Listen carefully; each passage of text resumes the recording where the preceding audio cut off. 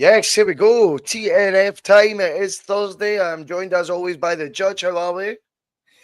I'm doing very well, mate. Yourself? Yes, good, Mark. Very well. Thanks for asking me. All good here. All good here. Good, good. Yeah, we are looking forward to getting through what looks like it could be an interesting transfer window, Celtic-wise already. There's quite a lot of talk about quite a few players, and that's always what we want to see. And of course, there's one who's came in the door, and we'll certainly be talking a bit about KT as well. Remember, do all that good stuff. Give us a like, give us a share, buy some hair. Remember, if you want to become a Bhoycie Bus member for whatever content that we're producing, it's $1.99 a month. It's totally optional. It is entirely up to you. But there's a wee link somewhere. I think you can do it. Also, on top of that, remember, hit the subscribe button if you've not already, because we do still want to keep our subscriber number as high as possible and get to as wide an audience as we possibly can. And if you are subscribed, hit the bell and you never miss a bus. And of course, tasty pastry treats can be found at piesports.com, where you'll get 12.5% off by using the code BUS1888. Fucking hell, that was slick. That's the slickest I've done that in years, mate. In years. How are we, Mark? You all good? Okay, I'm doing no bad, mate. No bad. I'm trying to get used to this new football carry on. That's been what, 2 weekends now. I think it is. And it's dragging in, Bhoycie. I'm not already feels longer, eh? It does feel like. I mean, the last game I was at was the winning game, which was a bit forgettable, but feels like months ago. Honestly, the sooner we get back to the football, the better. Of course. Maybe play the B team football during the summer. Give something to watch. That'd be an idea, maybe. That's a good idea. I would go and watch some if it was doing it. I don't know. Broadwood or something. Would you know? I'd fancy. Yeah, you know? Yeah, definitely. Oh, definitely some summer football, mate. Definitely for it to. Oh, 100%. 100%. I'll probably be at that more than I go to Celtic Park during the season, but that's another story. Right, KT is back. These podcasts, what I like. Fucking unreal, eh? Didn't care about the football. Just care about the silly podcasts. Anyway, KT is back in the building, mate. It was obviously the world's worst kept secret. I think Celtic had announced it in their books anyway. Do you know what I mean? But nice to see him in the hoops. I think it's one that they're going to milk, and of course they've got to milk it on the social media. And I'm seeing a wee bit of pushback on that already, but I just think Twitter's such a cesspit for folk. It's just where they go on to be contrarian all the time. Coming from me. I sit beside you. Pot kettle. But yeah, I've seen quite a lot of comments. Are they over milking it? I mean, I've seen your post, Mark. I tended to align myself more with what you'd said, where it was like, this cannot be understated how big a move this is for Celtic. A guy who's just turned 28, entering his peak years, 6 years experience playing in England, 5 of them in the La Liga, the other one. No mugs in Arsenal and Real Sociedad. And he comes and joins Celtic for his peak years on a free. I think it's good business, mate. I think it's unheard of for us to be able to get players at this sort of crossroads in their career coming in where their stock is high still. Kieran Tierney would have had all sorts of offers. Do not let people fool you that injuries were going to stop it. He was available for nearly every single match, the match day squad for Arsenal last year, fitness-wise. So I don't know where he's all, I think people are right to associate him with injuries bygone. But if you actually look at his last season in football, he was available nearly every week, I think, for Arsenal, to sort of how it went. So it was Mikel Arteta. I didn't fancy Kieran Tierney, and I think he does have a hot young left back there, though, who's bent to be the absolute bollock since he's came in, and that's kind of dissuaded him. But I think he was on the bench almost every single game. Do you know what I mean? But notwithstanding that, he would have done a job at many an English Premier League club, and I would be shocked if there wasn't plenty of those clubs trying to court Kieran Tierney the last 6 months. And I think it's been brilliant that his loyalty to Celtic is such, and his willingness to sort of take whatever wage cuts it will have been, because it'll be astronomical. I mean, he was in his second deal at Arsenal. Your second deal when you sign it when you're a first team regular. At that point, he was. I think he's probably, it'd be fair to guess, he's on 6 figures a week. He was on at Arsenal, a plus, 100 grand plus. So to get some of that to choose Celtic, I think it is massive. And I don't mind Celtic milking it a bit. Do you know what I mean? They're not going to spend 20 million on a player, but we've got a guy who's worth more than 20 million just joined us for the peak years of his career, and that is Kieran Tierney. Your thoughts? Oh, it's a fantastic signing. I mean, no doubt about it. I think you've got you've got £50 million of talent on the left hand side of the park for Celtic, Jota and Kieran Tierney, and this isn't like fantasy figures like Rangers have. This is proper. This is actual figures that people are voting for. I think I read that Everton and West Ham are both interested in Kieran Tierney, and whether I like it or not, it's a higher level than Celtic, boys. I mean, it's a higher pay grade than Celtic. It's a higher, it's a much more tasty proposition for a player. Be an agent telling him, don't go to Celtic. His agent would say to Celtic, oh, what if you go at top dollar, 45 grand? Everton's offering him 90 grand plus bonus, and that's probably a realistic offer down there in England. So he's knocked that back. And this is the fairy tale stuff. I mean, you can say what you want about Brendan Rodgers. It's the same situation with him. We don't get this guy unless he's a Celtic fan. And we don't get Jota back unless he's... So true, mate. So true. And we don't get Kieran Tierney. So, I mean, that's some... You mentioned that Celtic are multi. I thought Celtic are multi enough yet. I feel like it was kind of flung out like I don't know, like Monday or Tuesday. I feel like Celtic could have really make us kind of bandstand signing, like you know what I mean, like really went for it, and I don't think they have yet. I agree. Although I do think they've done a smart move keeping the 63 because it ticks for the boxes, you know what I mean? It's his number, but it's also two numbers you need to buy in the back of the shirt rather than just a number 5. What an angle, Mark! Oh, I love that. Celtic will think that, won't they? It's clever as fuck, mate. They will think that, Bhoycie. I know we've got 3 available because Greg Taylor's leaving, Kieran, but 63 really is. I played number 3 the last 6 years. Arsenal, though, I'm just as associated with 3 now. I know, but Kieran, 63. Think about it, son. I take your point. That's great. That's funny and probably true. I've got to say as well, I think one of the things that killed the potential of, because the thing we spoke about, if you remember, when Brendan first came in, I was adamant. I think I'm pretty sure it was correct information that Brendan wanted both Kieran Tierney and Scott McTominay. That was his first 2 loan signings he wanted in his first window. If you remember, when he first joined the window of disappointment, as it turned out to be. And we were saying then, if you remember, we were like, Kieran Tierney, if he joined Celtic, would be like fans outside the ground stuff. Do you know what I mean? That would be fans outside the ground stuff. And that's kind of how we had it in our heads. I think that's how it was going to be. Now, it was very lucky. It was like, tell you why. They announced it, like I said at the top of the show, they announced it in the accounts, which I suppose they've got to do. There must be a legal, there must be part of the legalities of the deal or whatever, that registration being confirmed at the time it was, had to go into those accounts. So I'm guessing that means the deal's obviously they had it sewn up for months, and therefore it's not made a cut off that it could get announced in the next set. Do you know what I mean? Whereas any other player that we sign this summer will be in obviously not been mentioned in the accounts that have already been. I think with Tierney, that's what's killed that potential, because that unveiling going, guess who's coming home? Like, we didn't actually have it confirmed, but he's coming back. See, because it was confirmed via that. I wonder if they could have made more of a statement of it at the time of his signing, but I suppose with Arsenal still registered there, that I don't know if they can get away with it. But that's what's killed that for me, I think, in the sense of the bandstand that you talk of. I'm 100% convinced that could have happened. That there could have been Kieran Tierney being paraded in front of 1,000 fans, 2,000 fans, something like that. Robbie Keane vibes, things. I think there could have been, but because there was no drama in the deal. And do you know what? Do you know the thing that annoys me a wee bit?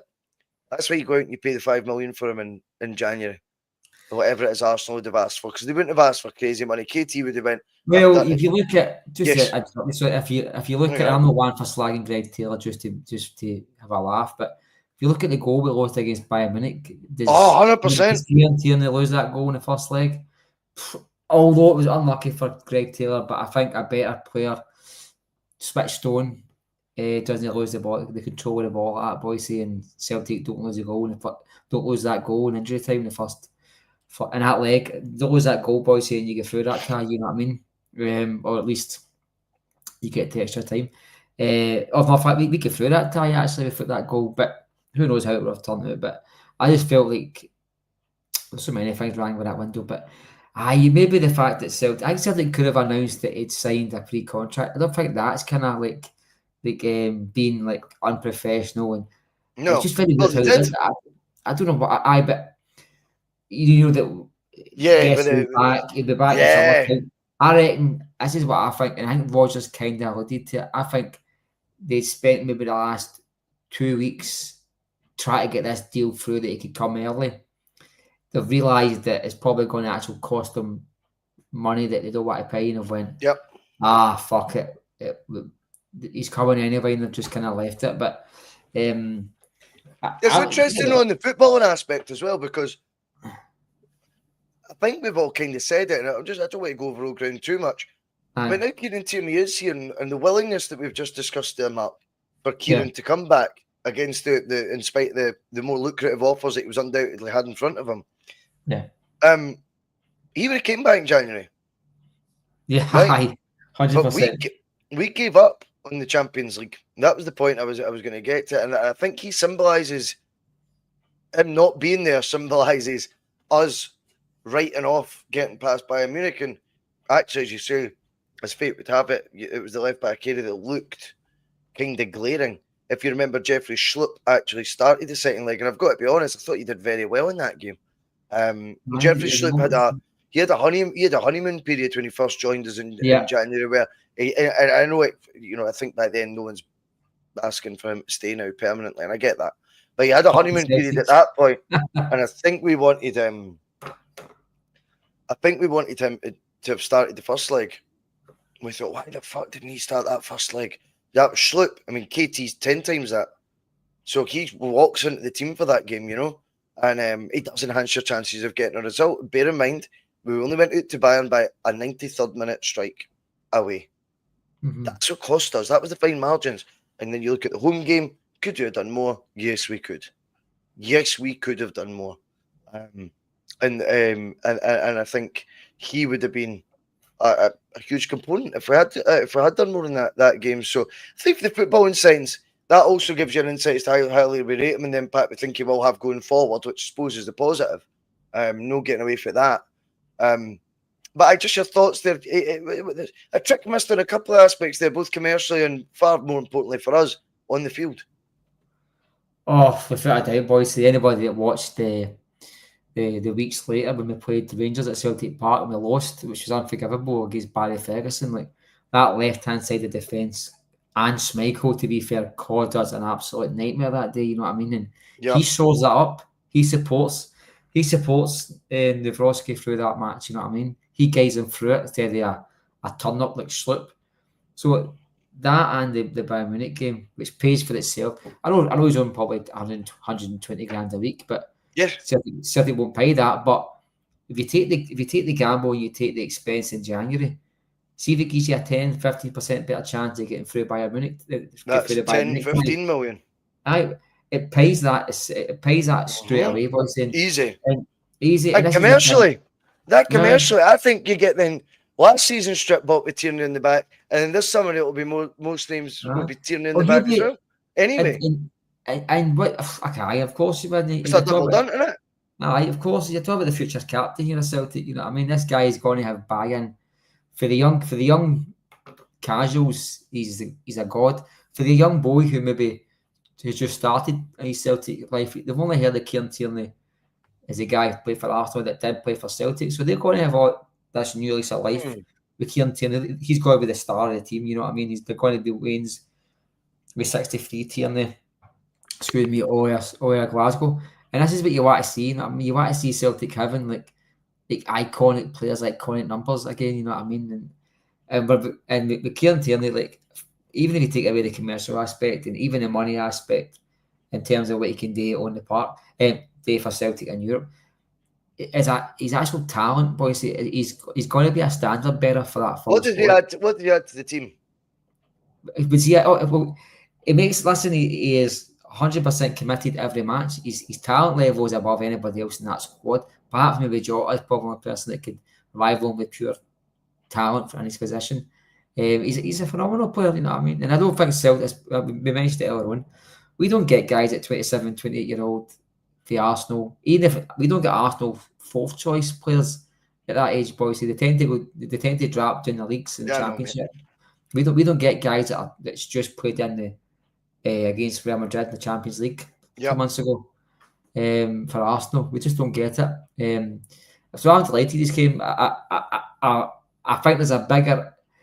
The concern for me is we just gear up when it comes to his backup and cause ourselves problems down the line. But that's another issue. I think Celtic have. Listen, I think this just came along easy. I think that the player and the managers forced us, right? We don't scout this guy. This not happened through good scouting. We've got away with it. We've won a watch here, right? But to put all that aside, I mean, Celtic have signed, in my opinion, this is the biggest talent.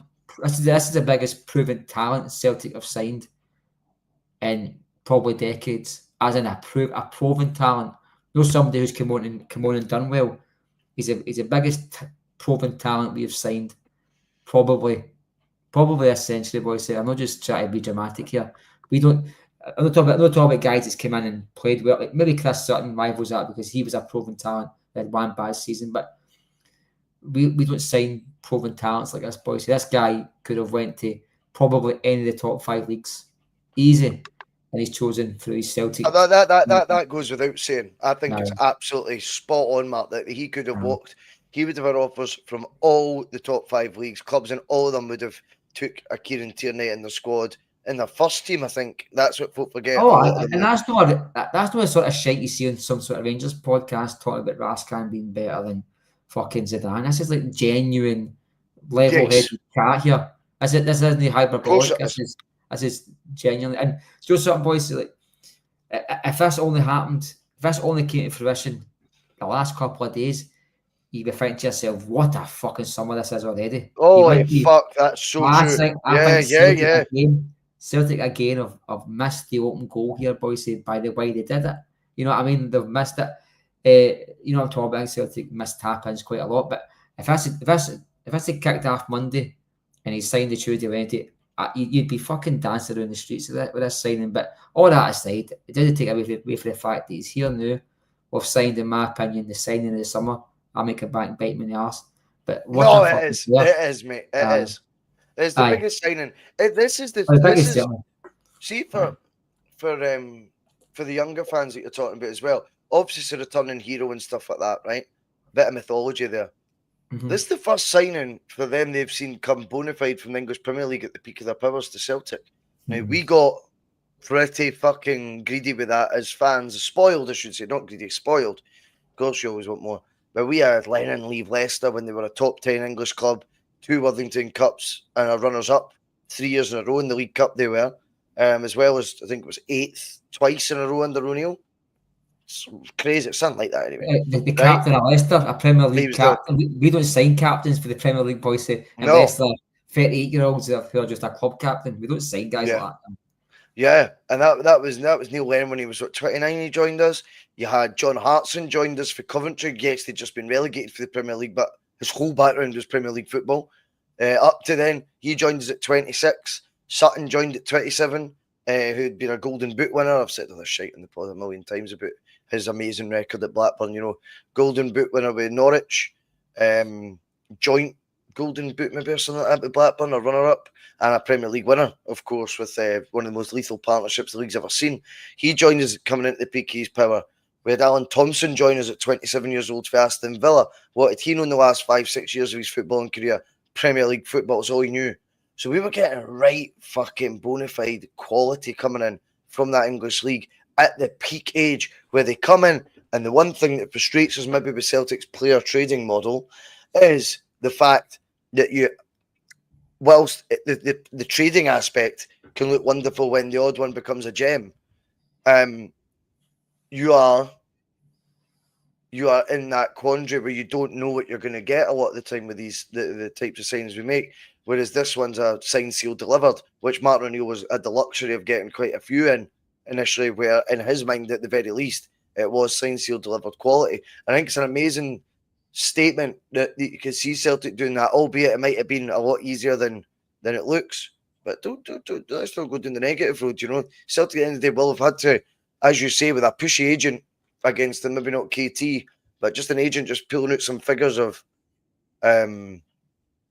offers they're turning down to join Celtic, just going, you need to stick another wee zero there, son, or that will need to go up for, Kieran Tierney will be the best paid player at Celtic, and rightfully so. I've got one more question on it for you. Is he to be, or would you, I don't think he is to be.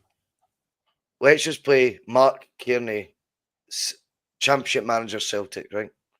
You're a football manager, whatever you want to call it. Who do you allocate as captain next season? Well, it's got to be Cal McGregor. You can't take it's got. You wouldn't take it away from him. If it was your call, I would. Would you know something? I think if you do that, I think you'd probably lose Cal McGregor. I don't know. I think it's a dead touchy subject. You can't like demote the boss. You know what I mean? Like that Bhoycie. I think you've seen it happen. You know what I mean? But normally comes out a squabble or comes out some sort of contractual altercation with players, agents, things like that. Who would I want to be leader? I see flaws in Cal McGregor. Like I've seen Celtic players getting kicked about. I've seen referees give throw-ins to the opposition, and Cal McGregor just walks past and just fixes his hair. You know, I like a captain who's in a referee's face when he's doing these daft things at Celtic Park, especially. And I like like. I'll tell you my problem. Can I tell you my problem? Oh, sorry. Look like see Hampden when they started crying. I don't mind a Celtic captain showing how gutted he is that we lost the match. But I tell you something new. I think a Scott Brown walks about that park and makes sure the rest of the players are okay. He doesn't get coloured off the rest of them. You know what I mean? You don't. The boss doesn't get consoled, Bhoycie. The boss makes sure everybody else is all right. He does the consoling. That's a great point. That was just my take on it. I take that on the chin. I like the fact it mattered to him as well, though. I like that side of it. Listen, I'm glad he's got it because I think he might see a better version of him next season. I think that might hurt that guy. I don't think he'll be satisfied with this season. Genuinely, he'll be satisfied. That's good for Celtic. But I just think he could have took that frustration and I don't see Scott Brown. He'd have walked with his chest out, mate, and he'd have made sure the rest of the players was all right. You know what I mean? And I'm not saying he did a bad thing with crying, but if you're upset, you're upset. But you know, Kieran Tierney wouldn't have cried. I'm just saying, Kieran Tierney would probably made sure that Hampden was okay. You know what I mean? Kieran Tierney broke his myth and came back to Hampden. Some superhero, and I don't think McGregor did that. I don't know. I prefer McGregor, Tierney to be a captain, McGregor, but he's a captain now, Bhoycie. He's won a lot of trophies, and I would take it off him. No, just me. That's fair. No, I think he'll be in the vast majority. I'd be ruthless with it. I would say I want the best football at you, Cal Mac. I'd say, to be honest with you, I think that when you've got that captaincy armband, it can sometimes blur your vision of what you're watching. And I think Celtic, on a few occasions this season that's just passed, there are better performances. There was some that was brilliant with Cal Mac in it, right? There was loads of good performances as well throughout. I know it ends up a damp squib with the Scottish Cup and stuff, but there was some right trouncings, particularly Christmas time. I know the Rangers game fucked that bit because Celtic were actually ploughing teams 4-0 just like for fun. Everyone was 4-0, 5-0. And a couple of them, if you remember, Engels got 3 man of the matches in a row. That I think Cal Mac had sat 1 or 2 out around this period. And you kind of seen like what I think we talked about at the time. What is this? What the future could look like? And I just wonder if you can manage him better by being able to make decisions and go, I'm going to just put you in the form book now, the same way I do everyone else. Because Cal Mac doesn't belong in the form book right now. He doesn't get based on his form while he's in the team. And that's because he's captain. And that's just me. Maybe it is ruthless, but I'm not a manager, mate. I'm good at you're right, mate. You're right. I'd be ruthless as a manager and go, Callum, everything you've done, you'll still be, you'll probably be my vice captain, right? But I'm looking now the next 5-7 years, and I need to now. I'm going to realign it. I'm going to take the burden off you. I just want you to focus on the football. I think you've done us enough on both sides, and I think it's time for you to get back to focus on the football. But inadvertently, what I'd be telling him is, you're now one of everyone else, and I'm going to start, if I need to drop you, find it just as easy to drop you as I do taking a Tatty out the team and taking a Engels, because I think there's more weight to it. It's a harder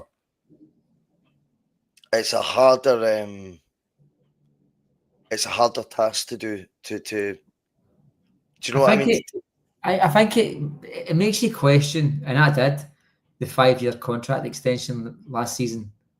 It makes you wonder what Celtic think he's going to give in 4 years' time, Bhoycie, doesn't it? Mark Fox. That's my wee nephew. Is it? Your wee nephew's watching the bus, mate. Hello. Hey. That's my sister-in-law. Oh, nice How one. you doing, Nice right? one. Hello, Danielle. Hello, Fox. That's class. I love stuff like that. That's funny. You know, see, Fox knows his score, mate. He knows he's on the bus, mate. He's on the bus. He knows. God love him. Big shout out to Scott Howe very quickly before I go back to Mark. He is gifted out a Bhoycie Bus membership and took his own one out tonight as well. And I always will laugh, Scott, at the fact you've still got John Dal Thomas and doing that grin at the press conference. I think they need that. Yeah, I think they need the money. That was amazing. He's still got that. It always makes me laugh every time. Sorry, Mark, you were talking, mate. No, that's all right. I mean, I was just saying it does make you think, you know, the 5-year contract extension. I don't know what Celtic as a club thought they're going to get out of Carl McGregor in 4 years' time, Bhoycie. I think a midfielder in his position is always going to regress into the early 30s. They're going to start to go down a downward spiral. No, they'll turn into a dumpling overnight, but you'll see slowly that their legs have got a bit more tired than normal. Their wee injuries take a little bit longer to recover from, etc. So I just wondered what that was about. Maybe the only way I can think it in my head that makes sense is what Celtic were offered. McGregor was offered an escape route for Celtic, and Celtic have said, look, here's a pay rise, a longer contract with a testimonial at the end of it if you stay. Maybe that's what happened. He had offers elsewhere and he's thought about it. And Celtic have convinced him with a decent salary, but a longer salary with a testimonial that kind of makes up for the difference in the salaries that he's getting offered elsewhere. But Kieran Tierney is a far better football player than what Carl McGregor is, and I think he'll be a better captain as well. I mean, they don't all make good captains. I'm not convinced that Paul McStay was a good captain for Celtic. Was he the best player for the Celtic had? Without a shadow of doubt, he was a class act even at his latter days when I seen him play for Celtic. But he was a very soft-spoken, soft-touch Celtic captain, never in the faces of referees in derby matches, etc.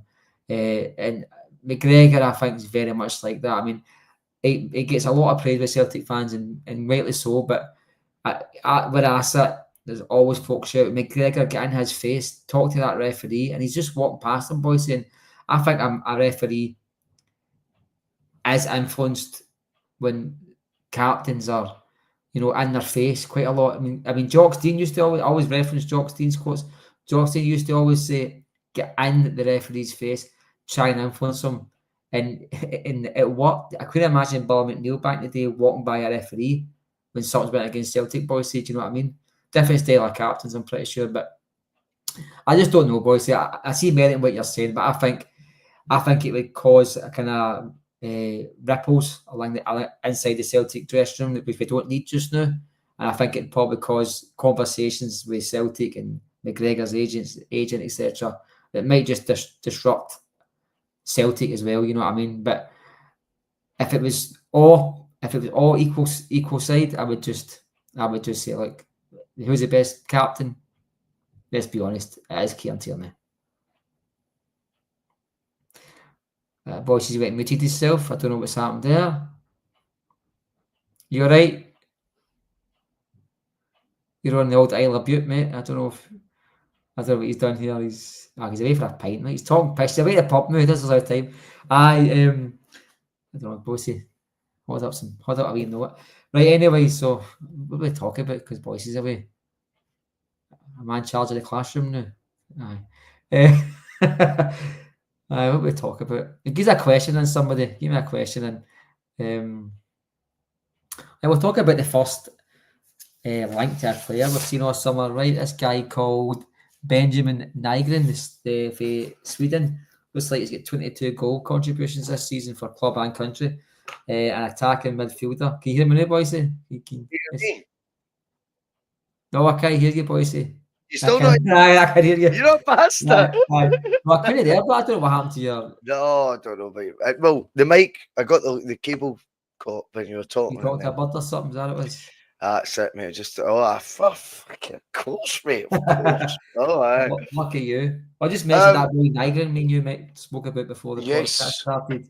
You were getting these stats than me. You had it. You take it off. Nygren's one of these interesting ones. I think he's had a career trajectory that isn't too dissimilar, but maybe not clubs of the same stature as Nicholas Kuhn had on his CV. But I think it's a similar career trajectory where he's went to the Belgian league. He's playing the Dutch league, the Eredivisie, as it's called. He played for Heerenveen. But when he was there, I'm going to guess it didn't go amazing. I looked at the numbers. I think Heerenveen had 4 goals for 40-odd games, something like that. But, I mean, he's not a striker. But he was young then, and he's went back to Scandinavia, albeit not back to Sweden as such, but he's went to the Danish Super League, and then it's this year, I mean, he's 22 goal contributions in all competitions. 3 caps for Sweden, 2 goals. I mean, remember, Sweden right now have up front for them guys like Alexander Isak, who I think is pound for pound top 5 strikers in the world right now, as a out and out number 9. You know, they're all like false 9s and they're all wingers. See, an actual fucking striker, mate. Isak is that guy, and you know, you're playing with guys like that, or you're getting goals when you're in the same team as guys like that. You're doing okay. I like that, boys. I like a striker like that. That seem to be old-fashioned now, but bring them in. Bring them back. You know what I mean? Bring them back, yeah, no, definitely. What this guy's role is going to be at Celtic, I would imagine, would be another direct winger. I mean, there's 2 ways looking at it. I'm going to go down the Nicholas Kuhn road and think he's had his rehabilitation back home somewhere. I know it's Denmark, not Sweden, but it's a lower level, right? No offense to the Danish Super League, right? But it's not the same level as the Belgian league. No. Certainly not the same level as the Eredivisie. So when he's there, he's been able to find himself again, find his form, get his mojo back, get back in his international setup. Bit like Nicholas Kuhn going to Austria, mate. Suddenly he's available at a decent price, and he might just be at the right guy at the right time, just based on that career trajectory. Let's play devil's advocate, though. I want to go down the first road, as my opinion, but let's play devil's advocate to it and say £2 million winger. How many do we need? How many can we buy? We get them wrong time and time again. And of course, if it weren't to work, then there'd be that angle getting utilised more, I think, in the naysayers of the deal itself. Do you know what I mean? If they would start going another £2 million winger, this is back to Rodgers' first window, the window of disappointment. Do you know what I'm coming from? But based on what I've told you, I mean, that encourages me. How do you feel about that? No, it's very encouraging. You know what I mean? 22 goal contributions. He looks very direct. But we spoke about it before as well. Like, sometimes these guys that are needing that wee bit of rehabilitation and they've got something to prove. You know what I mean? You get them at an upward trajectory in their career. You know what I mean? They've got something to prove, and Celtic's a big stage to do it on. The good thing, if this deal goes through, is he's a £2 million signing, but he's not a £2 million player. There's 6 months left to his contract. That's basically just the buyout clause, isn't it? That's just the buyout. Is that right? I didn't realise that. I didn't realise that. Interesting. Well, it does add a different dynamic to it because I think if he's up for grabs in, is that January for free? I think it is. Then it's £2 million seems to me like let's just get money for this guy and see him away. So Celtic are probably getting a £5-6 million player for £2 million, Bhoycie, if they get him, that is. But what also worries me is, I've always said this, Celtic are a brilliant scout for every other team. When we start looking at wee gems like this, before you know it, if somebody in England plans to buy him, or somebody in Holland or something wants to buy him, and we end up losing it to him. But I think, if I've read, Celtic have approached him already, and looks like it could be on his way to Celtic. And looking at his stats, and I saw a couple of his goals earlier on. I sent you a video that I seen, and they look very direct, and I like that. I'm a very old fashioned when it comes to Celtic boys. I like seeing football the Celtic way. I see these passing run about and all this. I like players that just get the ball and just run for a goal. And I know it's probably old fashioned now, but although I think you're going to see that come back into football. I think if in the next 2-3 years you're going to see two strikers again, you're going to see two up top again. So I definitely think you're right. I think we're going to see that as well. There's a team in England that do it. It's only going to take one team. It's only going to take one team to win a trophy with two strikers, Bhoycie. 4-4-2 will be back. That's it. 4-4-2. I like 3-5-2 as well. I think Celtic with our defensive problems, I thought was ideal for 3-5-2. I thought we've got two fast wingers that can defend. We've got four maybe centre midfield, centre defenders that are kind of like the same level of ability. Put a three together with two white men, and you that makes sense. But maybe not in Europe, but against Rangers and qualifiers, I think they work. You know what I mean? But I don't know. Take your wingers at the game, though, wouldn't it? But the thing is, boys, you see when you got wingers like Daisy Maeda, who's probably I think he's probably your second or third phase of attack. He's rarely the first person to get the ball in counter attack unless he's in amongst it. The ball's going to midfield first. It's a pass, then he's getting the ball. So see if you're right, you know what I mean? Like, and Kuhn's probably again, like by the time Alistair Johnson gets the ball, Kuhn's got to receive that ball sometimes 2 passes later, Bhoycie, let's be honest, or at least 50 yards of running later. So the wingers are going to still be involved. It kind of, your counter attack probably takes a bit of a dent unless you've got some very good, tasty midfielders that can turn and pass like Hatate.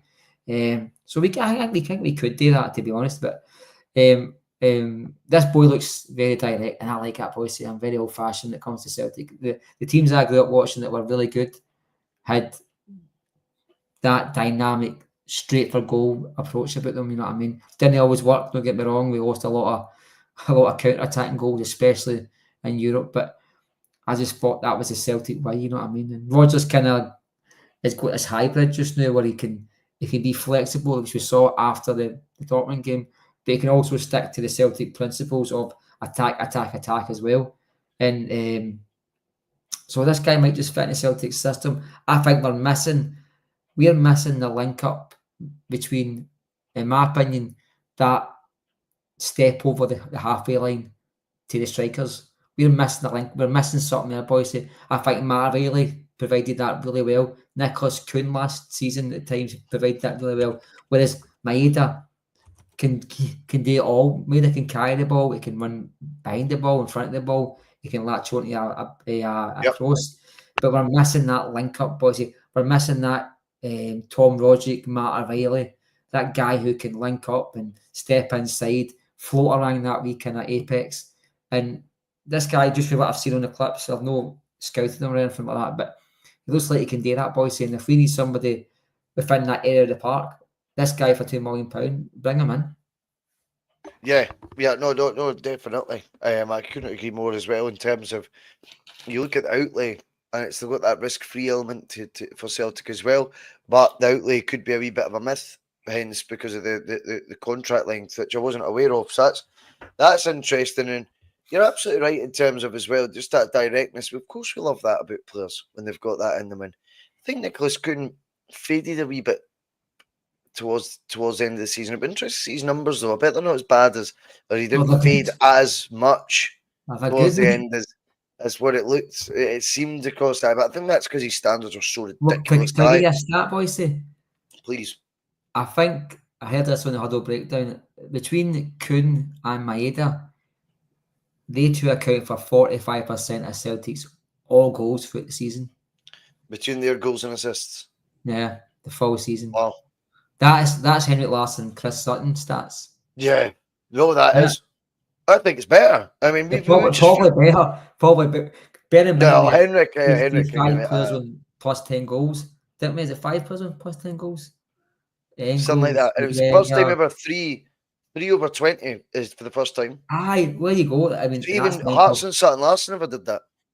I know. The only way I can think about that is make it make sense is maybe Chris Sutton played a lot of defensive because he was a world class defender. Chris Sutton, remember, he get player of the year for Celtic as a centre back. Folk forget that. That's how good he was. Centre mid. Aye, centre mid. But remember, he was a defender as well. When he played centre back. Yeah, he did do defence. I think the player of the year, the one, I'm sure he was centre mid. I'm not trying to nitpick, mate. I'm not trying to nitpick. Correct me if you're. I think that's what it was, mate. To be honest, that just shows you how versatile he was. He was a good striker, good. Basically, just doing the middle of the park. He was pretty good. But all three of them, I accustomed with the best striking options I've ever seen. Best in Britain at the time, I thought the best in Britain. Maybe the Sheringham, Cole and York maybe rivaled it, to be honest. But I thought it was up there. It was. I'll put it this way: that any EPL team would have took the three off you. There's another way of looking at it. Put the three of them in a Man U shirt for a few weeks in the English Premier League, and give us the other one. Give us the Man U counterparts, and we'll see. I think Larson, Sutton, and Hearts up front for Man United would have, as you rightfully say. I mean, with the service you're getting, come on. Anyway, fantasy stuff we're talking now, but yeah, I mean, I think the contribution of Nicholas Quinn. I don't know what it is with him. I feel like there's been a bite that's not quite been made yet by all the the fans universal on Nicholas Quinn. I think there's a rumour that he wants out that people have just either created because he was linked with it. I think they've just kind of decided it's all him. Now, see if you're doing shit hot in life, right? You're going to catch people's eye. See in football, you catch 50 million scoutses that have more money or plenty of money to pay wages or represent football clubs that will pay more wages than Celtic. You're in the jungle, not the Celtic jungle. You're in the law. It's the law of the jungle now, where the predators will get their prey. Now, you do the numbers Nicholas Quinn had done by Christmas at Celtic, and clubs that pay more wages than Celtic are going to say, "Hello, my name's X. This manager's looking at you. You fancy coming to one of the top 5 leagues in Europe? Or do you want to go to maybe the Eredivisie, a 6th or 7th league, maybe a star man there and get paid at Ajax double what you do at Celtic?" Because Ajax pay double wages. What we do. Well, they happily would. Right? These things turn heads. That's life. That's not because Nicholas Quinn's been pining for a move away. But I do feel that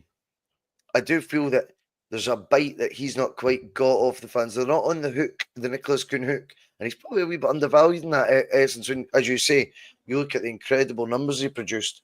Well, did you notice, Bhoycie, just doing that? Did you notice, do you remember Jota's Celtic home debut? His second time around there. And Jota couldn't come, and Jota was getting sung about the full match, and then he scored. But see, when Kuhn came on, he scored off the bench, and he didn't celebrate. My dad clocked it. I remember we spoke about it on BNB. I think we did, and I thought to myself, at the time I went Dyer probably, and you seen Rodgers put his arm on his shoulder and talking to him. I thought, is that upset him that somebody's come in and just took the limelight, and he's been doing it all season?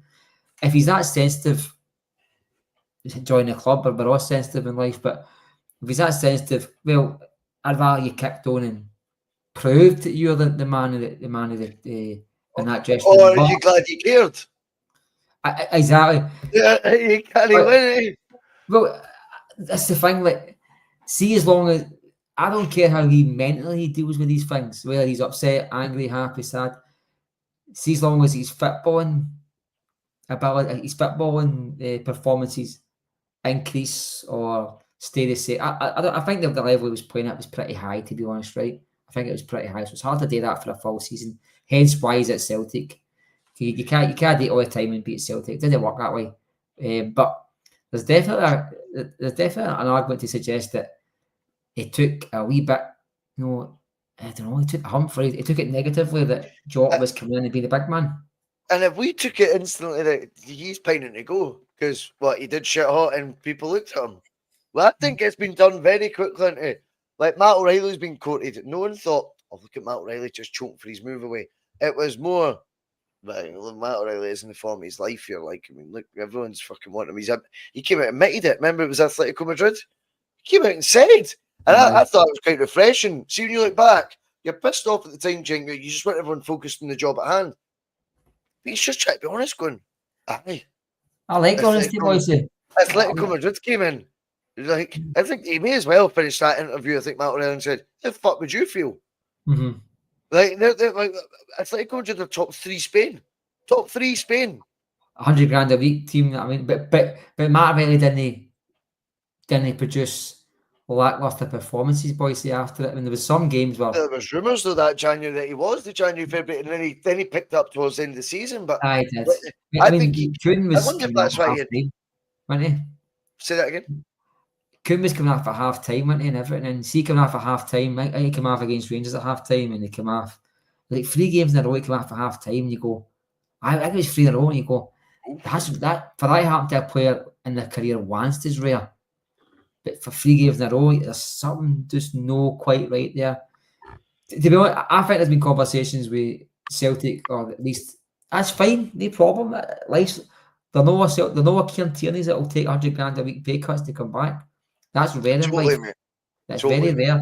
I'm not expecting guys to go home and tell their wife, "I'll knock back £5 million a year because I want to win the League Cup at Celtic Park." I spoke about this morning actually, and unfortunately, no, I don't think trophies and medals, they're nice and they're good to have, but I don't think that they're the acclaim that players want anymore. I think players now have got personal goals in life now, like personal milestones to come. I think they would rather win a Player of the Year and a new contract at $100,000 a week than a League Cup and a Scottish Cup double, Bhoycie. I really do. I think there's more. Whereas before, I think a player would, you could measure a player's success on their trophy haul. I think you could probably measure a player's success in maybe the car they drive now. And I think that's or the house they live in and how many holiday homes they've got. And it's their net worth. You would just Google their net worths now. Instagram followers. If you asked, there'll be guys in England, there's probably 90% of football players probably don't have a lot of trophies. If you ask a middle of the road English player who's got £10 million in the bank and he's got a trophy wife and wish I had a fucking trophy wife, and I don't actually, the one I've got's fine, but and a mansion and a Ferrari and a Lamborghini. If you ask him with not one medal, is he a success in life? He would tell you aye, wouldn't he? Of course he would. But if you ask somebody who owns half the wages, it's won 2 League Cups and probably not back like Paul McStay again, like not back life-changing money. If there's a success, they'd probably say aye as well. But I don't know, boys. I think it's a sad indictment, but it's the truth. The fact that a player's personal gain and personal worth is probably more important than a plank of wood with a few medals nailed to it, like Jimmy Johnston had. You know what I mean? Unfortunately, it was the story about him selling these medals. You know what I mean? And on a plank of wood, and that's sad, isn't it? It's a story of times. It's a very, very Molly Hockey, I think it was, said that and said it was heartbroken to see it. But I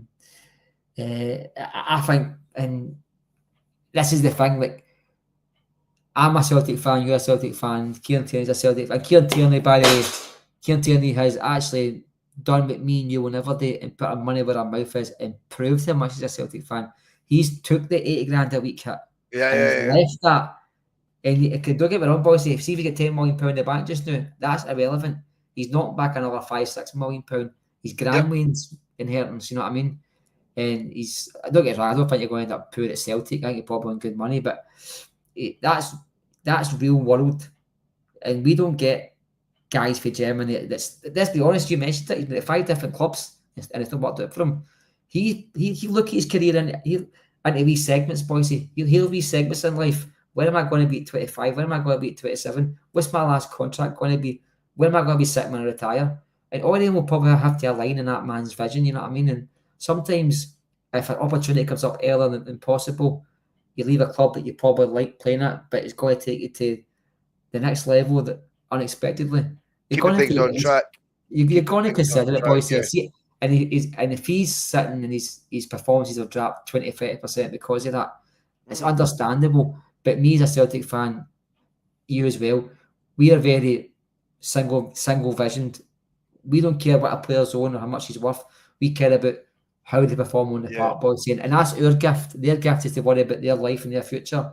Your gift is how are they playing for Celtic, and that's what it comes down to for me. No, which I totally understand that as well. In a hype come in, and he's correcting me with my Ajax claim. He says 26 out of 30 man squad earn less than a top earner. Don't know where he's getting all the facts and figures from, because a lot of these things are pure speculation.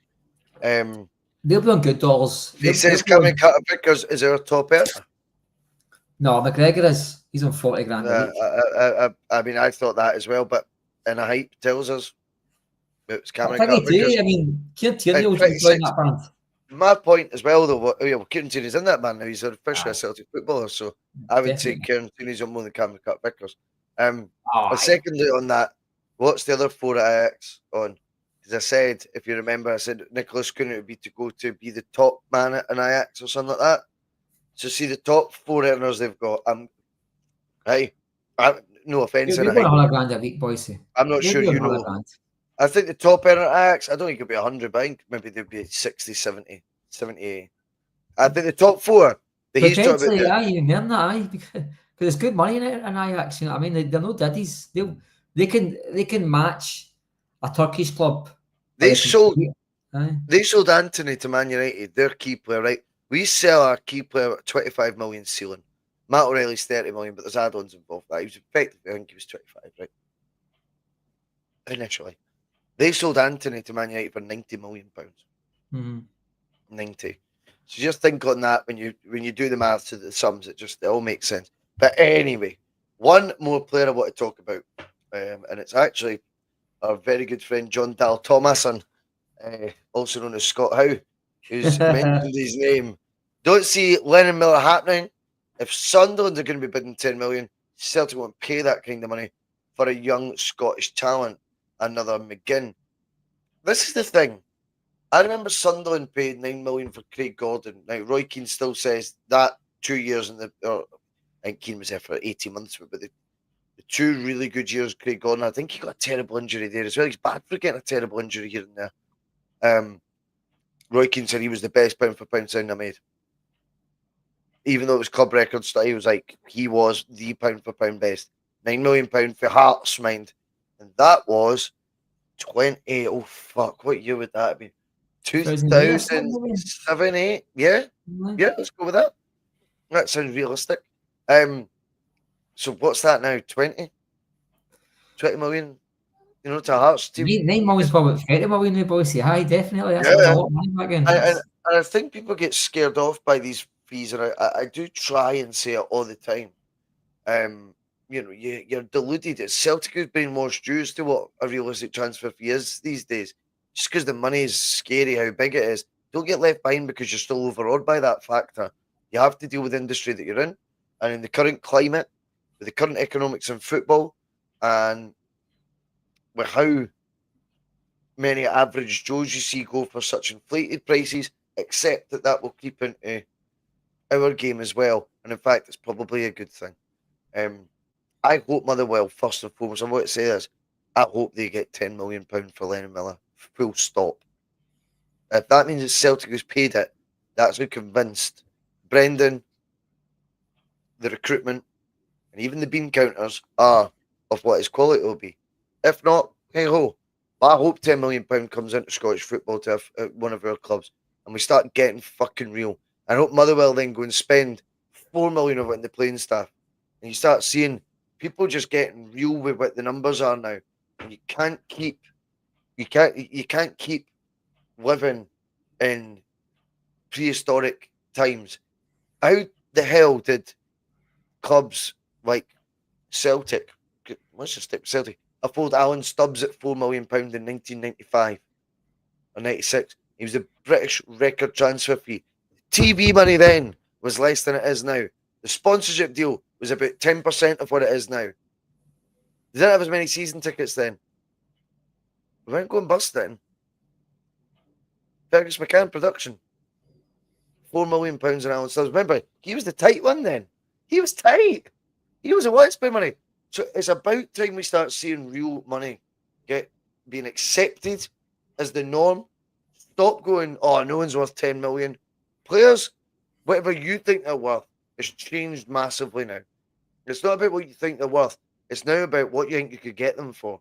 What you think they're worth is a separate thing. Aye. Do you understand? Try to divide those two, Mark. I think it's where people, I think Scottish folk and the culture here, I don't know, but we seem the most resistant to it. But this change is one that's occurred in football across the board, Mark. And that is that it's what you think you can pay for a player and get them, not necessarily what you think they're worth. Or you flip it into a player's only worth what you pay. Is it? I mean, is it right now? I mean, I don't think anyone's worth £100 million. I don't. But is that what you have to pay to go get 100 million? I'm trying to think off the top of my head, like a Florian Wirtz who's going to Liverpool right now, 118 million. Is he 120 million player? Is he proven enough to be that? No, but is that what it costs to get him? Aye. Right, it's just the way it is. So is Lennon Miller a £10 million player right now? Argue about that. Argue the toss on that as much as you want. If that's what's going to take to get him, you fucking need to find it. For me, it's Scott's bringing it up, another McGinn. I've got to agree. 10 million for Celtic spent on a player now should shock no one. Should not expect people to think it's Ronaldo that's, the original Ronaldo or Cristiano Ronaldo levels of quality coming in for £10 million in 2025 to 26 summer window. It's silly. 25 to 26 years ago, it was 6 million on Sutton. So you're telling me it's only went up that much? When I'm looking around at the fees across the board since then, 6 million gets you League One players in England now. So we have to be real. £10 million would be Motherwell holding out for a fair fucking price for an extremely hot prospect who has got that many scouts at the games. They've known what their measuring stick is on what fee they can set. And if you've got a club like Sunderland willing to pay it, my question would be, can Celtic afford to do it? And if Celtic want to do it, can they afford to do it? Yes, they can afford to do it. So then it comes down to me, it better be if Celtic don't get Lennon Miller, that Celtic didn't want Lennon Miller. That wouldn't be another McGinn. Because another McGinn would be Celtic wanted Lennon Miller. Celtic tried to screw Motherwell to get Lennon Miller. The same way we tried to screw Hibs and shave 400 grand off his a cheap fee back then. It was a cheap fee then, £2.8 million for John McGinn. And we tried to shave off that because we thought we could bully the market. If Sunderland bid 10 million and Celtic seriously want this kid, Celtic will need to do the same. Well, I think Celtic are miserable bastards at the best of times, Bhoycie. So it wouldn't surprise me that they missed it because the Celtic know reaching the value what a player's worth. Is every player we buy, we always try and haggle. I mean, we must haggle with the butcher and the bakers and the candlestick makers. Never mind football agents and football clubs. I don't. We spoke about this after the show there. I'm not probably the first person to say this out loud, but I'm not convinced they make Celtic better, Bhoycie. I don't think there's a player in Scottish football that makes Celtic better. It's just my opinion. You know what I mean, probably no all that I can't mind the word, but I don't think it's popular. I don't think Celtic are going to be. I don't think Celtic are going to be better with. I mean, I talk about. Jimmy Bing, that's a great way to put it. Was it not? Alfredo was only 5p when we signed Sutton. That's how to do football economics, ladies and gentlemen. How much is Alfredo now? Timmy Bing, back to you. Well, it's £9 for a big tub of Lur Park. Or whatever it is, you know what I mean? They're putting tags on Lur Park in shops now. I mean, that just shows you what the pound's worth nowadays. But no, boys, we spoke about this, as I say, and I just don't think that. I think there's something, we spoke about this before, something called social proofing. And I'm not saying you fell in this hole, but if somebody says something's good, everybody just goes, oh yeah, that's good, that's right. And I think that's just happened with Lennon Miller. There'll be folk that have never sat and tuned into a Motherwell match before. Just Motherwell v Kilmarnock, St Johnstone, Dunfermline, and just watch this boy play. People that have never attended a match and watch this boy play. that will tell you Celtic to be bonkers not to sign him. I've seen him play for playing against Celtic before, a few times. Has he stood out? Not in the slightest. Not in the fucking slightest. In fact, he's probably been hammered every time he's played us. Just my opinion, boys, and like John McGinn as well. That he was a no-brainer, but the John McGinn that you seen 3-4 years ago that was turning it up wasn't the John McGinn that Celtic didn't buy. He was a player that could get to that level. I think sometimes people just look at the end product and say Celtic were daft not to do this and do that. I think Celtic were daft not to buy him because Rodgers wanted him. I don't think he comes in and takes Scott Brown's place or Armstrong's place in the squad. Or I don't think he would have. Just my personal opinion. And or Callum McGregor for that matter. I just don't know if he walked into that midfield. At the time, he was getting heavily linked. That is no the player he became. And I think that's worth pointing out as well. I'm not entirely sure that if a guy with 10 months left his contract playing for Motherwell gets £10 million, I think that I don't think that's a true story. I think it's why they want it flung out there, boys. Are they trying to put Celtic off? Sorry? Are they trying to put Celtic off the scent? Maybe. Well, for what we hear, well, they're a Hun club, boys. That club is a Hun club, you know, Lanarkshire club. And big time, man. They'd fucking take spray painted on their wee stand since 1996 or something. It's still there. Fuck's sake, they're not painted there. It's Lanarkshire, isn't it? It's a Hun club, but without a doubt. Any Motherwell fan is a Rangers fan and all. I've hated them. I was at Fir Park that day and all we lost the league. And they were all celebrating, and the way they were going that day was mental. For no reason whatsoever, they finished about 5th or something. They were all celebrating like they won the league that day. Terry Butcher and Phil O'Donnell, what shall not get into. Is there a principle back to the Lennon Miller thing though? Where you've maybe not seen the best of him so far, right? And I take your point on that, but clearly this guy, but judging by the level of interest and the volume of scouts, yeah, right, there is something there, right? There's too many interested parties for them all to be wrong. That would be my synopsis on that. And yeah, it's easy reports of interest. Yeah, no, I think the scouts of the games, mate. That's the ones that will get you. I think that Scottish football. Though, yeah. I think Scottish football just now and Scottish young talent has got a market, especially in Italy just now. I think a lot of people. Vogue, that's the word I was looking for there. And listen, I'm not saying this boy isn't a talent. He's about 18-year-old, 19-year-old. He's captain Motherwell. He scored goals. He takes a penalty kicks. I am in no way whatsoever saying this guy isn't a talent. No. But what I will say is, if he at 19-year-old would sign for Celtic, play for Motherwell, would walk into Celtic 11, then Celtic's recruitment with £100 million in the bank under Brendan Rodgers the last 2 years has failed, in my opinion. There's not a player that there's not a player, and there should not be a player in this country. It's not always the case. Good teams don't always have the best players. Sometimes they could have a better goalkeeper for this team or a better left back, whatever. But for me, it's the case just now that there's not a team in this league that's got a player that walks into Celtic's first 11. Just my opinion, Bhoycie. Does he have to walk in it?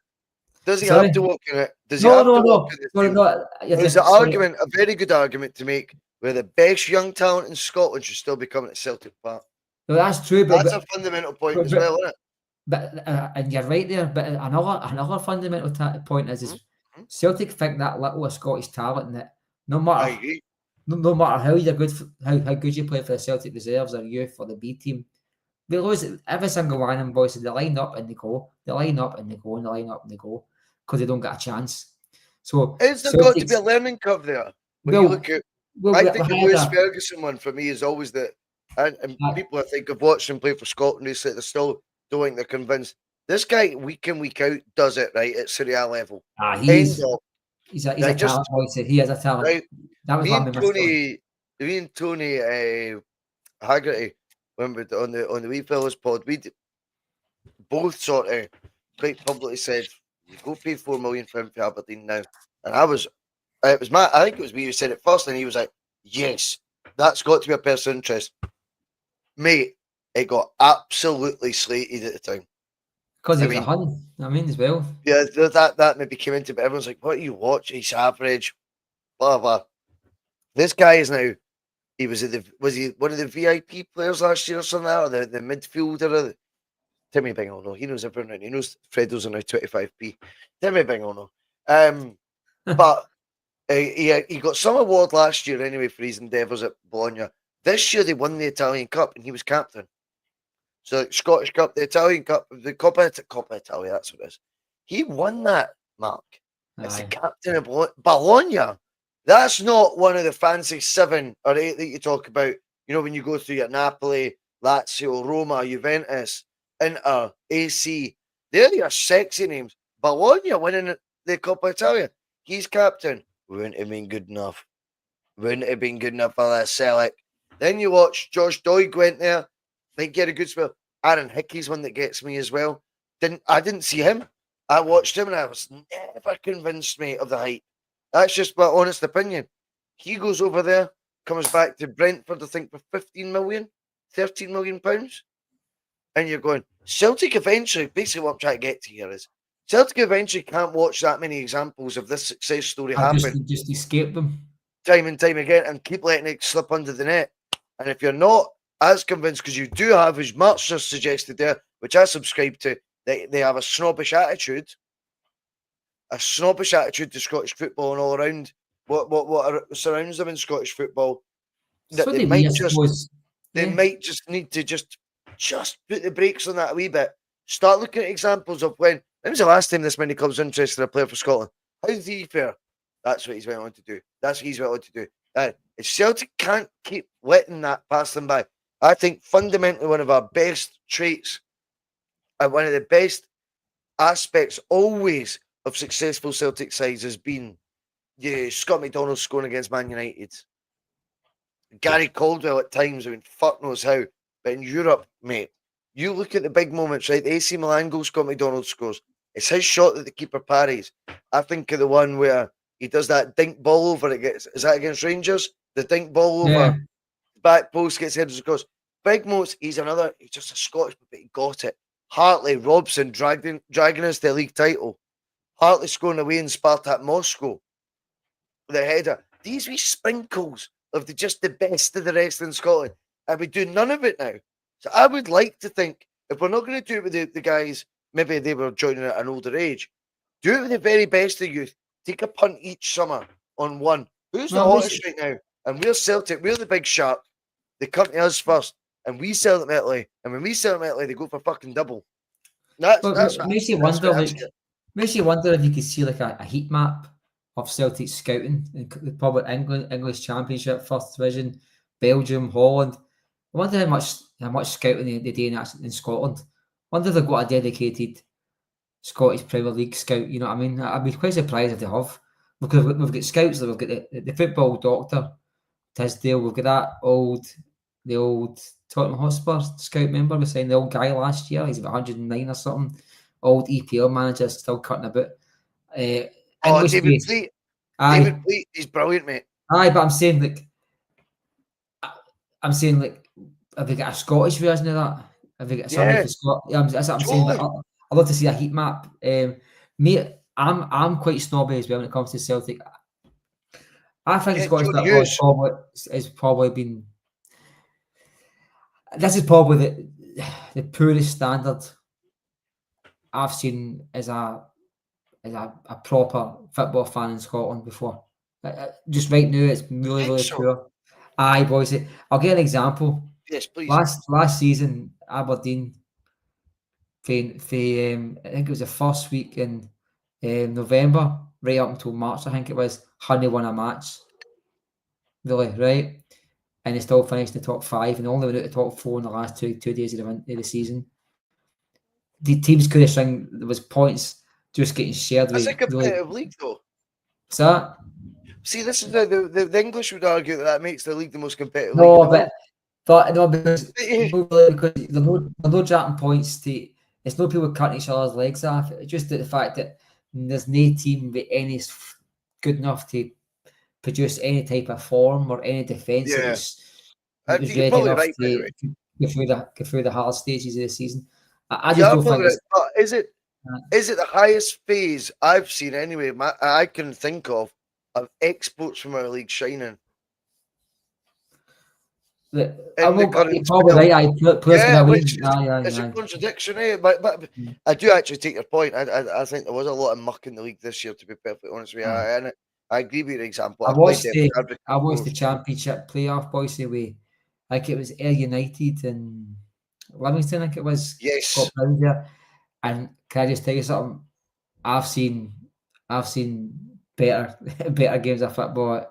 Really? Well, there's probably better games of football in the Conference League in England. That was a really poor standard of football. My brother texted me during the match and said, "Are you watching this? It's really poor and all." I mean, I am. It's really bad. You know what I mean? And it's disappointing. Boys, it was like, but it was in Boys in the Park. It was really awful stuff. And I thought, God, one of them's going to get into the Premier League, and one of them did. Livingston up, but I don't know, boys. Even the Partick game, I thought Partick were fucking awful that night. And the level was just really bad just now, boys. I don't know, maybe it's because people are still on that kind of downward curve for COVID, that teams haven't recovering, you know what I mean, financially. You're probably having teams who had the budget to have 3 first-team coaches that maybe only get 2 now, boys. They've lost a scout. A lot of teams have lost their B teams now. There's a lot of teams didn't even get there's a lot of teams that haven't got a reserve team anymore. And this trickles down. See, after 3-4 years, you start to see an impact in the first team. You know what I mean? You genuinely do. You know what I mean? And there's nothing wrong with 19-year-olds and 20-year-olds getting games through Scotland. That's good for Scottish football. That's great. It gives these players a platform, right? But the level we're getting to, boys, is we're seeing like guys in the 27, 28 who've done very little in British football, and they're coming up for the Nation League in England, and they're getting games in Scottish Premier League teams. You know what I mean? They're getting, and you're going, right, okay, I didn't see this in the 2000s or 2010s. Yeah. I didn't see. I mean, some of the players that was going into Hearts, and remember the Hearts players like Full Stamp and there's that guy Wanjo and just some right good. Some right good. Do you remember? I remember Aberdeen had Dean Windass. No. And who's the other boy they got? I really good. Craig Hignett. Stephen Glass and all. Craig Hignett. Actually, I was thinking. Craig Hignett ended up playing Premier League football. Aye. For Blackburn Rovers in the 2002-03 season at 32-33 English Premier League football. So remember the time we played them? I'm sure Hignett was in their squad either that season or maybe the season after that. Craig Hignett, and he was playing his peak. But there was players, ambitious clubs who never went bust. Where'd the money come from? See now, they thought a football club are folding to build a stand. Like Falkirk are going to come and join the league this year, right? I'm glad there's 2 teams coming up. I'm gutted Livingston's one of them. Don't give a fuck about anyone thinks that. I think Livingston's a waste of a club joining the league. They bring none to the party. They make games. A good away allocation. That's it, Bhoycie. Good away allocation to watch. Not even the product of football that you're actually meant to be subscribing to. It's pish. It's based on their wines based on their pitch. We all know that. And they bring fucking nothing to that league of colour, invention, just a creative mind. Fans. Did you see the playoffs? 3 stands were closed in the playoffs. Like they're nothing, mate. They're a nothing club, and to be honest, they've had their run at it as well. I'm just gutted that they're back up. No offense to anyone that's connected to them, but honestly, like they were my least. It's mad to think Thistle I would take. It's mad to think that David Hay took him to a League Cup. You forget David Hay was a manager in this century, didn't you? Yeah. Remember he won the League Cup with him in 2005 or something. So I wouldn't have thought. See, thinking back, I wouldn't have thought that I watched David Hay as a manager and remember it, because I think he had. Yeah, he did. He was after Leishman, wasn't he? He won the League Cup with him, didn't he? It was after Jim Leishman. 2005? No, 2005. Did Livy have because they were a funny one, right? So if you remember, there was the investment. This might sound like I'm going to tangent. Everyone's got time, right? We can talk a wee bit of shite. It's good. I like this sort of thing. Is it too late? Mark's just checked the clock. He's like, no, but you see time. What's he talking about? I didn't realize we were this long. On you go, mate. No. Airdrie appointed Steve Archibald. That's right. Now, you wonder where I'm going here. So, Aye. he came, obviously, he played for Barcelona, and he's like, I've got these Spanish links. He was the one who brought in from Airdrie to Airdrie Sanchez Broto, who I think the club he was at before was Malaga in La Liga. Sanchez Broto, Francisco Javier Sanchez Broto, one of my favourite names ever in football. What a name. He's got a guy called Branquin. There was Aye. Garcia. There was someone Garcia. Oh, San Rubio. Garcia. He was a something like, he was Rubio like as well, Garcia. no? It was a double barrel name. And anyway, there's a few others. And then David Fernandez. Of course, that's the most important one. David Fernandez ended up at Celtic. Remember, £1 million signed by Martin O'Neill. But Yep. a lot of them transferred from Airdrie to Livingston. So another one of those, those in deep episodes I've spoken about, Mark, where we should be talking about the Adam Virgo signing Brighton to Celtic and what the relationship with Strachan and McGee were like. God, so many ended up at Livy when their fan base couldn't have been any. It's probably the biggest it's ever been right now. And as you say, you describe it as 50 people. How were they then affording the wages? And we knew Airdrie went bust because they tried to pay the wages of all these ex-La Liga players or Segunda Liga, whatever it's called. Trying my best there. Players. How Livy then, like, their next... Garcia San Juan, that was his name. Garcia San Juan. Calderon. Garcia... How did... So, a couple went to Killie. Again, not notoriously big players.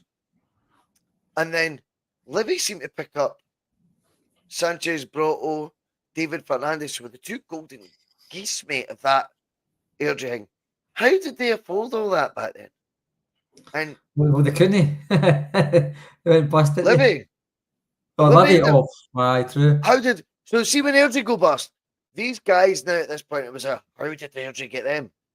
Sanchez Broto, bear in mind, was peak his powers time, like 29-30, joins Livingston. David Fernandez was the one that went, how the fuck they get him? 21 years old. I think where had he been? I don't want to say Real Madrid because I will get clipped up for that. It was someone big. Right? And he never played like first team for them, but he was the hot talent, even at Airdrie. How is it Livy that they've managed to convince? I know, Paddy. How did they manage it? And that always intrigues me with Livingston. Where did they get those spawn doolies from back then? We're talking about Aberdeen and things like this, but with guys that play in the Premier League. That is more baffling to me. Charlie the Voice concerts in the main stand. Remember they did a Charlie the Voice concert, remember, and they had to cancel it? No, I didn't know that. They hired the hall, the main store to have Charlie the Voice concert, and then they had to cancel it because all the fans all the hundreds are going mental. I think the Iverson fans were fine with it. I think they're quite sympathetic to Celtic doing that neck of the woods. I think that guy called Rubio, I know, played for them. I think he was quite a talent for Livingston, but they were a not bad team back then. I don't know. Right, last one. We'll do this before we go. Irishman in Porto 2002 comes in. Good to have you on. He says, T.N.F, if we played him constantly, I talk about Lennon Miller.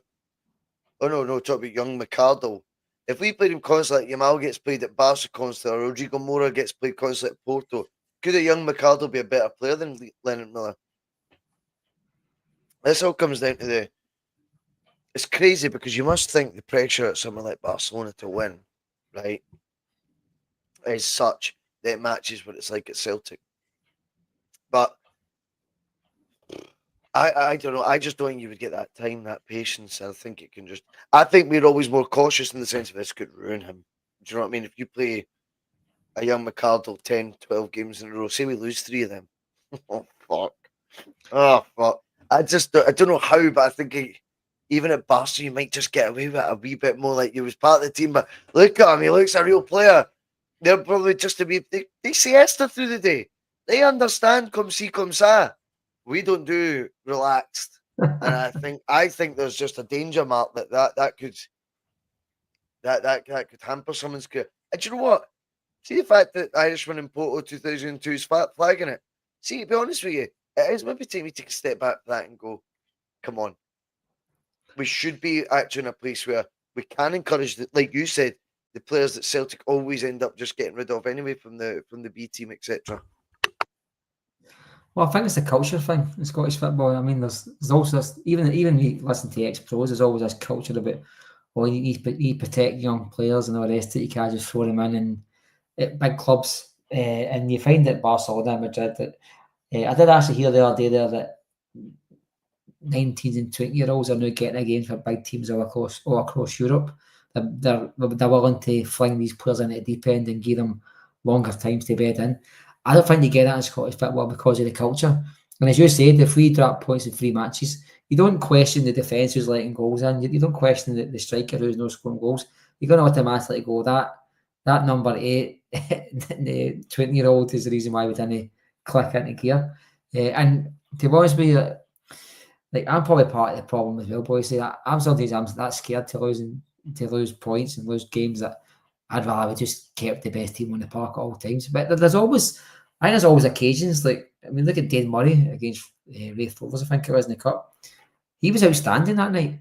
But straight away you say to yourself, it's only Raith Rovers. Well, play him against Hibs then and see how he does. But then again, That's so true. I was like, I don't know. I think this is where Celtic squad management gets called into questions. I thought Solo was a risk that shouldn't have been a risk. Had he had to have played the last 3 or 4 games for Celtic, or 5 games for Celtic, it turns out he was a good player.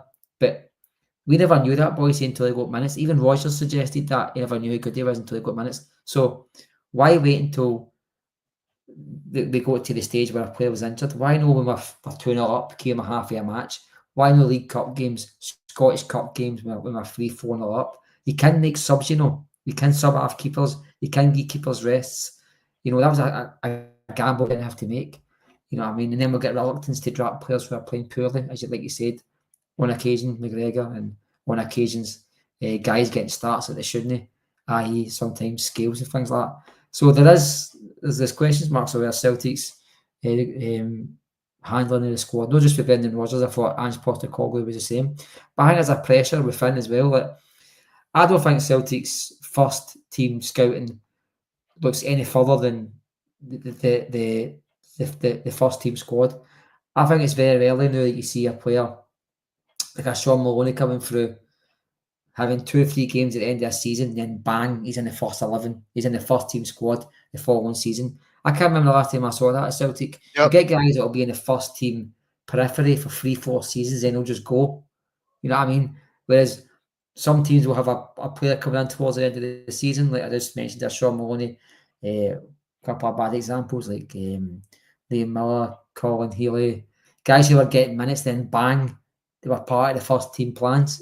Never seen players coming in, they're disappearing altogether. You see them again maybe once or twice, and then they're sold or moved on. So there's definitely gaps in Celtic's squad management, and even with the first pool of 15, 16 players, there's gaps in how we utilise these players. So I'm not surprised that Celtic can't see past their nose, Bhoycie. We just don't do it. We don't look within. Don't get me wrong, would I rather Celtic would spend £10 million a day than promoted Ricardo? I'd rather they spent £10 million. So I'm part of the problem. I'll admit it. You know what I mean? Yeah, well, I think we're all guilty of that with every window. Mark, you still want the money to be spent as well. It's quite damning to think that, fuck, would we not want, you know, to give the patience that's required for these projects much? But I think the environment's it's very, very different waters at Celtic than it is. We're a weird set of fans. Scottish football is, I mean, look at the other day there, right? And I'm not a Scotland fan, right? But I listened to Off the Ball. I tried my best to ignore that podcast, but I did. And they spent 45 minutes slagging that young goalkeeper who had not played 1 minute of football before. It was his first time ever playing professional football, right? At senior level. He let in 3 goals, whatever it was, right? And they spent the full fucking 45 minutes just slating this boy. Where's the learning curve? Where's see that boy was listening to that podcast? That boy wouldn't have played football again. You know what I mean? Yeah, I get it. I thought to myself, seeing Spain or Italy, they're probably more forgiving, Bhoycie. They're probably more. I don't think me. I'm very unforgiving. I know me that bad. I know. No, listen. I'm unforgiving for the players who play well for Celtic week in, week out. When they have a bad game, I want to string them up and send them to Van Back Diemen's to Land. You know what Scunthorpe. I mean? What's that? Back to Scunthorpe. I've sent them to Botany Bay. Hey, Mark, have you bought the new Sambas? Have a fuck. I want to put him on a dog. Who buys this shit? I see somebody on my Twitter the other day that it does something. You see the worst part about it? It's got a Celtic badge on the tongue. Have you seen it? They are ridiculous, boys. It's like, remember when you were away and they had the Celtic shoes? Remember? They had plastic stupid shoes and they couldn't bought. They're now the Celtic They're shop. terrible. They're They're suede is terrible. bright green. Oh, you buy them, Oh, you buy them, you oh, deserve to get your oh. arse tickled till honestly. Probably £100 or no. Well, brilliant. Anyway, before we go, as I was saying to you off air, Mark, just but some sad news this week. It was a good mate of mine, Manny. I'll be trying to get the photo so I could show it on Mine Manny wearing the hoops. Like I got my Celtic shirt and that for his birthday back then. He was my big Indian pal, Manny. He was only he sadly passed away at 44 this week, and I'm heartbroken. I'm not saying any of his family or his loved ones watch the bus or anything like that, but I don't give two fucks because he mattered to me, and I'd rather be sharing. He was a good Celtic man, big Celtic man, and I just I'd like to dedicate the episode to him if you can do shit like that. I don't know what that means, but just to let Big Manny know that I'm thinking of him, even when I'm in the company of other fellow Celtic fans. You know what I mean? I know how passionate he was, and my favourite memory was meeting all his, three of his brothers. I think it was two cousins came out. Obviously, big families, you know that. And we were at the West End of Glasgow, and it was the day I think when Lennon spoke about bringing the Thunder back. Celtic brought the Thunder back, and we're all in this pub in the West End. I'm trying to think what one it was, and me, Manny, and and his family we're watching it. Celtic destroyed Rangers 3-0. Lenny's debut season. Hooper gets two, Commons one, and just what an afternoon. And like, in my memory, serves me right, Just Can't Get Enough had became. That's when I remember it becoming the anthem.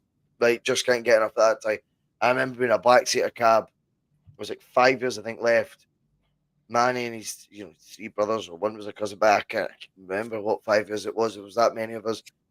And I mean, this black cab was rocking, mate, because we were just going through the West End of Glasgow. It's just amazing, amazing memories. And I rest in peace, big man, and thank you for a lot of brilliant memories, and including many Celtic ones as well. I will On that say that. note, a nice one. We'll call it there. I will see you all on the other side, Mark. I will see you next Thursday. There might be I'll a wee be show here. in between. There might be a wee show So in I was, between. aye, You never know. get in I'm contact with thinking, me. Mark.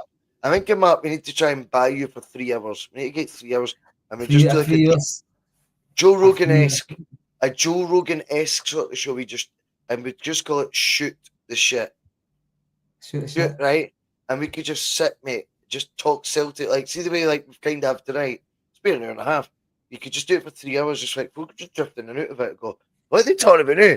Danny McGrain. How the fuck have they got to talking about Danny McGrain? So It'd be I'll sit great. the Just sofa then, right? I'll get casual. yeah. When I See, sit that'd the be sofa, I'll Sunday. get dead Yeah, we'll casual. we'll come up with we'll do it like one Sunday a month or something like that. Just an afternoon, just a laid back, relaxed atmosphere. Better than a Sunday Blether, whatever it is. Or just need to be a Sunday. But you know what I mean? And we'll just Yeah. shoot the shit. And I think we could get through 3 hours of funny chat, mate. Just and a lot of Celtic memories, a lot of different takes. I remember some of our phone calls been 3 hours, mate, and but I was like, I Aye. fucking wish that was recorded. Do you know what I mean? Like Aye, bits of some, it, that aye, was, aye. you know where I'm coming from. Aye. Anyway, I'm waffling. I will see you all later. Mark, thanks so much for being brilliant tonight, and I'll see you all later. Cheers. Cheers.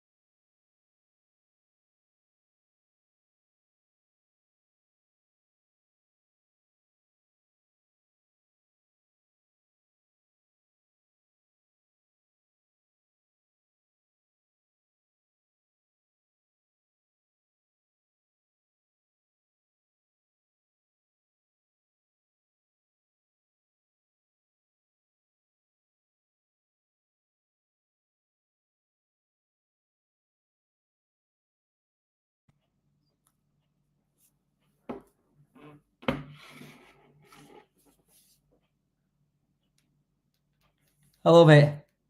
I think we're still alive, mate. No, I'll do it. Bye, folks, that's still watching. I'll try. Hang on. Trust us, only me and you can fuck this up. 2 minutes, mate. I don't know. Hang on a minute here. How would I do this? I think I'm going to. Hang on a minute. I've ended it now. 2 minutes, Bhoycie. Oh, fuck.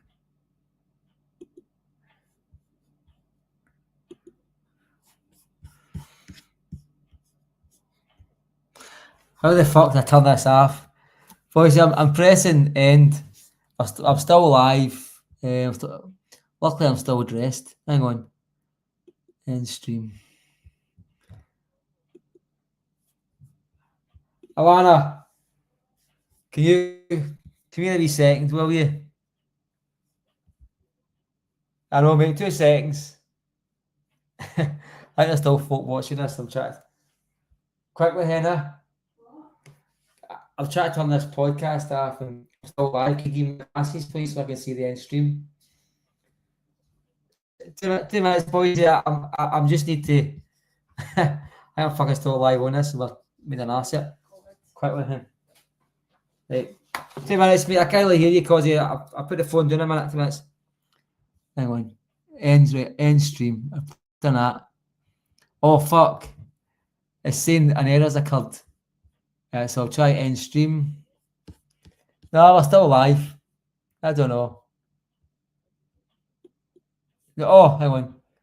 I'll come out the studio.